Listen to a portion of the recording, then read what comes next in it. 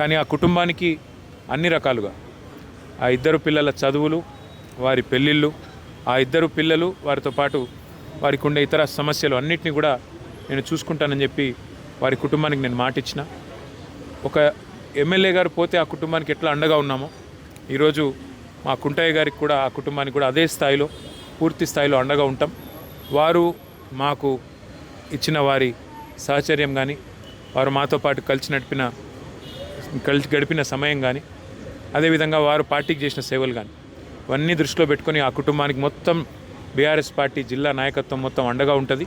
పూర్తి స్థాయిలో ఆ కుటుంబాన్ని ఆదుకుంటాం, పూర్తి స్థాయిలో ఆ కుటుంబాన్ని కాపాడుకుంటామని చెప్పి తెలియజేస్తూ అధికారులను కూడా నేను కోరుతా ఉన్నాను. ఇవాళ పోలీస్ స్టేషన్లు సెటిల్మెంట్లు అడ్డాలుగా మారిపోయినాయి. పోలీసులు అదేవిధంగా ఇతర అధికారులు ఒకటే పని పెట్టుకున్నారు. కాంగ్రెస్ నాయకులు ఏం చెప్తే అది చేయాలా అన్నట్టుగా విచ్చలవిడితనం ప్రదర్శిస్తూ ఉన్నారు. ఇది మంచిది కాదు. రాజకీయాల్లో గెలుస్తాము, ఓడతాం. మేము కూడా 10 ఏళ్ళ అధికారంలో ఉన్నాం. కానీ గింత లేకి పనులు, గింత చిల్లర పనులు ఎన్నడూ కూడా చేయలేదు. ఇకనైనా ఇలాంటివి కాకుండా, ముఖ్యంగా ఎక్కడైనా కంప్లైంట్ వస్తే ఈ కుంటయ్య గారు కంప్లైంట్ చేసినారు, నాకు రావాల్సిన డబ్బులు ఇవ్వకుండా నేను సతాయిస్తున్నారని. ఉల్టా ఆయన మీద కేసు బనాయించారు.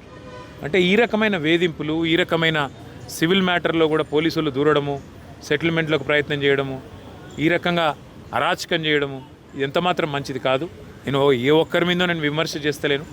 ఇది ఈరోజు కుంటయ్య గారికి జరిగింది, రేపు ఇంకోరికి జరగవచ్చు.